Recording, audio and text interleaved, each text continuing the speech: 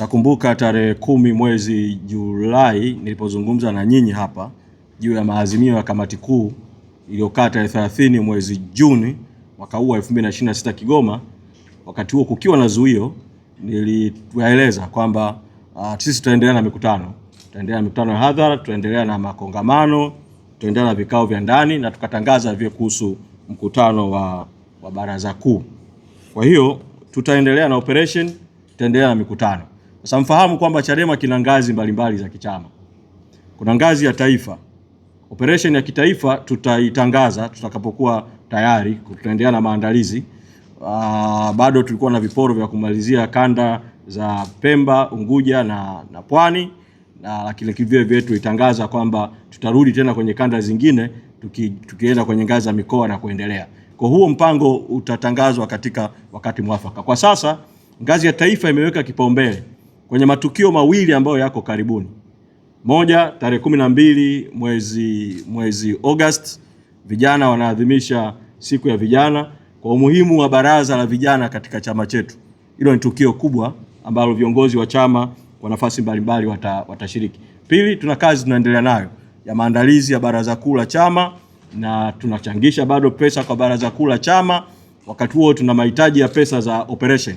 Kwa ni vyema tukamaliza kwanza, na ndio maana tunasisitiza Watanzania kumaliza kaangwe kadogo kalikobaki ka milioni 68 ili sasa tuanze kukusanya pesa kwa ajili ya operation na shughuli nyingine, na tutawatangazia. Lakini ukiondoa operation za kitaifa au ziara za kitaifa, chama ngazi zingine kinaweza kabisa kuanzia kanda, mikoa, wilaya, majimbo, wako huru huko kufanya mikutano, kwa sababu mwongozo wa kitaifa juu ya operation katiba mpya Free Tundu Lissu ulikushatolewa tulipozindua mikutano na operation hii kule kanda ya Victoria Katoro, na mwongozo huo umeendelea kutolewa katika kanda ambazo tumefanya mikutano mpaka sasa. Kwa wako huru kuendelea na mikutano. Kwa mtaendelea kuona mikutano ikiendelea katika maeneo mbalimbali ya nchi. Lakini ratiba ya kitaifa itakapokuwa tayari tutawaita na tutawatangazia.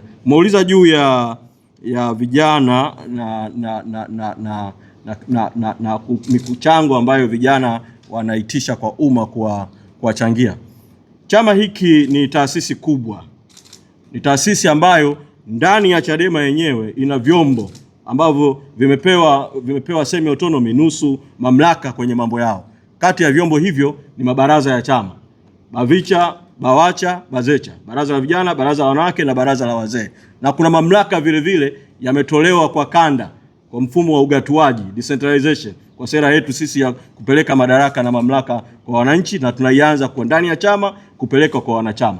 Kwa hiyo hatujazuia sisi kama taifa initiatives au jitihada za mabaraza ya chama kutafuta rasilimali. Hatujazuia jitihada za kanda kutafuta rasilimali. Mchango wa kitaifa tumetangaza moja kwa moja, na naamini hakutakuwa na confusion, kwa sababu fedha zote tunaagiza zipite katika akaunti rasmi za chama ili kuwe na uwajibikaji. Mabaraza nayo wana akaunti zao, kanda wana akaunti zao, na mifumo rasmi ya kukusanya fedha. Juu ya wanachama waliokamatwa kuanzia tarehe 4 mwezi Julai, na kwamba polisi walitoa taarifa watu 130. Swali lako ni kwamba kwa sasa kuna wanachama wangapi? Kwa takwimu nilizopewa mpaka jana ni kwamba kuna jumla ya wanachama na viongozi wa Chadema 63 waliokamatwa na kubambikiziwa kesi, na tunasisitiza kutaka DPP, mkurugenzi wa mashtaka, apeleke nolle prosequi, hati ya kutokuendelea na hizo kesi, sababu ni kesi zenye nia mbaya, ni kesi za kubambikiza, ni kesi ambazo zina madhara sio tu kwa walioko ndani gerezani, ina madhara kwa ujumla hata katika masuala ya haki na mwelekeo katika nchi yetu. Na tunasema zifutwe, na kwa sababu kabla ya hizo kesi kufunguliwa tarehe 9 mwezi Julai, Samia Suluhu Hassan alitoa kauli akiwa Ikulu Zanzibar, akihusanisha kati ya maandamano na ugaidi, wanaharakati na ugaidi. alafu siku chache baadaye kasi ya kamata na kubambikizia kesi za ugaidi ikaongezeka sana.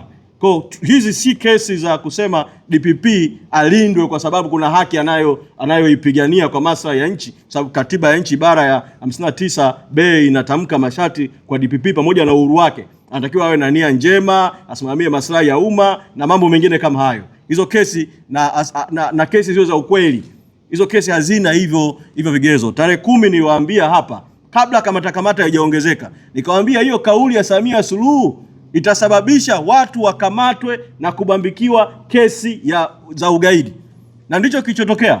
Kwa ni mfumo mzima. DPP tunamsema Mwakitalu kwa sababu tu ndio ameshikilia mikoba kwa katiba na sheria ya kupeleka mashauri mahakamani, lakini tunajua kesi zimeanzia kwa polisi kwa maana ya IGP Wambura na timu yake. Kesi zimeanzia kwa ofisi ya DCI, mchunguzi wa makosa ya jinai. Tunafahamu vile vile kwamba kesi nyingine vile vile zina mikono ya idara ya usalama wa taifa katika kuambikizia kesi, wakidhani kwamba kwa kufanya hivyo ndio wanamsaidia Suluhu kupata suluhu, lakini kumbe hizo kesi zinageuka kuwa ni silaha ya mapambano dhidi ya Chadema. Na kama sisi tunashambuliwa, sisi hatuwezi kuacha kuendelea kupambana, kulinda chama, kulinda na watu wetu na kulinda wananchi. Kwa tunaomba Watanzania watuelewe, na kwa mzigo huo wa kesi za ugaidi zilizopo, jamii ya kimataifa isiingie kwenye mtego wa ulaghai kwamba kuna mazungumzo Tanzania, kwamba kuna maridhiano Tanzania. Huwezi kuzungumza, mdomo unazungumza mazungumzo, unazungumza maridhiano, matendo yamefungua silaha ya kesi za ugaidi, weaponization of the court system. Mahakama zinatumika tu kama nyenzo ya kuwashikilia watu, kuwapeleka magerezani. Jambo hili halikubaliki ndani ya nchi na halipaswi kukubalika kimataifa. Na Samia wakati anazungumza ametumia nukuu akasema responsibility and prosperity, kwamba prosperity inatanguliwa na responsibility. Kwa hiyo ninataka kusema kwamba responsibility juu ya Tanzania haiko kwa Samia Suluhu Hassan peke yake na serikali haramu, batili, katili iliyoko madarakani. Responsibility ni ya wote, Watanzania wote, na responsibility vile vile ni ya jamii ya kimataifa, ambapo Tanzania imesaini mikataba ya kikanda na kimataifa. Kwa hiyo kunahitajika international responsibility, responsibility ya UN, responsibility ya SADC, responsibility ya African Union, responsibility ya EU, responsibility ya mdau yoyote wa kimataifa ambaye anajua masharti ya kimkataba ya kimataifa ambayo Tanzania imeingia, atimize wajibu kwa kadiri anavyoweza kuutimiza. Ni responsibility vile vile ya ndani. Kwa mwelekeo huo uliotoka mpaka sasa, Samia Suluhu Hassan hawezi kuachiwa kwamba ndio akabeba jambo la mazungumzo ya maridhiano, kwa sababu tayari formula inakosewa. Tayari ameshatamka kwamba kwanza anaendelea kuitambua tume ya Chande. Pili, amesema karibuni atateua wajumbe wa tume ya Jilila, ile tume ya uchunguzi wa jinai, tume ambayo inajengea kwenye ripoti ya Chande ambayo tayari imeshakosewa, tume ambayo inatuhuma ya kwamba inaundwa kutaka kuwalenga watu, kuilenga Chadema, kumlenga Lissu. Sasa yeye amefunga masikio, anaendelea na tume ya Lila. Wakati huo anasema amebadili kidogo msimamo, ambalo ni jambo unaweza ukaliona amesogea kidogo kutoka katika kauli aliyoitoa mwezi Aprili, ambapo alikuwa amesema tume zitakuwa 4: tume ya Chande, baada ya hapo tume ya jinai, baada ya hapo tume ya maridhiano, baada ya hapo tume ya katiba. Sasa amesema kwamba kutaundwa tume ya maridhiano itakayohusika na katiba. Kwa ukisikiliza kijuujuu unaweza kudhani sasa mchakato wa katiba unaanza, lakini haya yanatolewa wakati Lissu yuko gerezani, na Lissu ni kiunganishi cha Watanzania wengi sana. Haya yanaendelea, Chadema inashambuliwa, viongozi wake kwa kesi ya ugaidi, wakati huo kuna mamluki wanatumika dhidi ya Chadema, na mamluki ambao wana ukaribu na watawala. Unaona kabisa kwamba huku wanatangaza amani, huku wanaendelea na vita.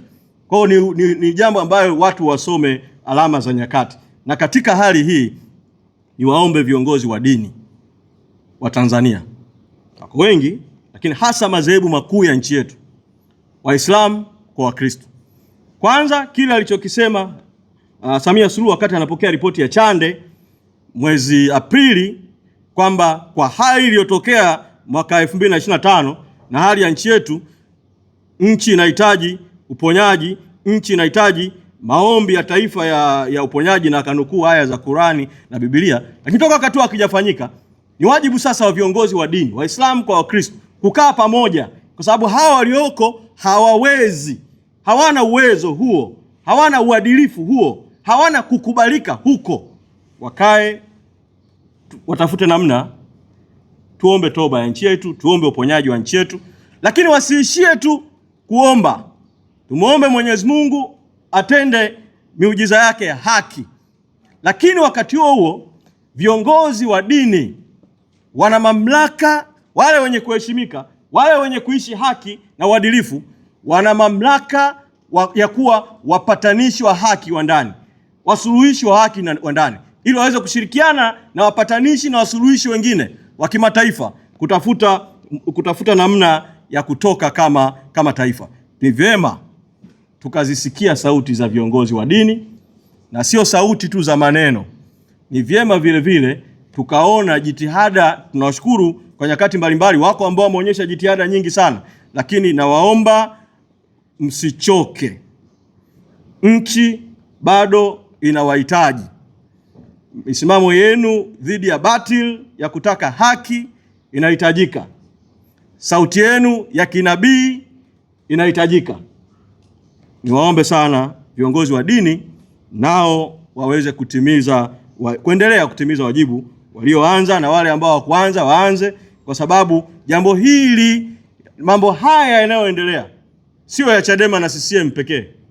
Haya ni mambo ya nchi, na ukishazungumza mambo ya nchi, viongozi wa dini na viongozi wa kiroho ambao kwa imani zetu tunaona ni wawakilishi wa kazi ya Mungu hapa duniani, wana wajibu na hilo ni ombi kwao. Wafahamu tu kwamba, nimalize kwa ufupi kwenye hili, nilisema juu ya msimamo wa mwenyekiti Tundu Lissu ni ule msimamo wa chama, na sisemi haya kwa kuyasema tu kwa nasibu.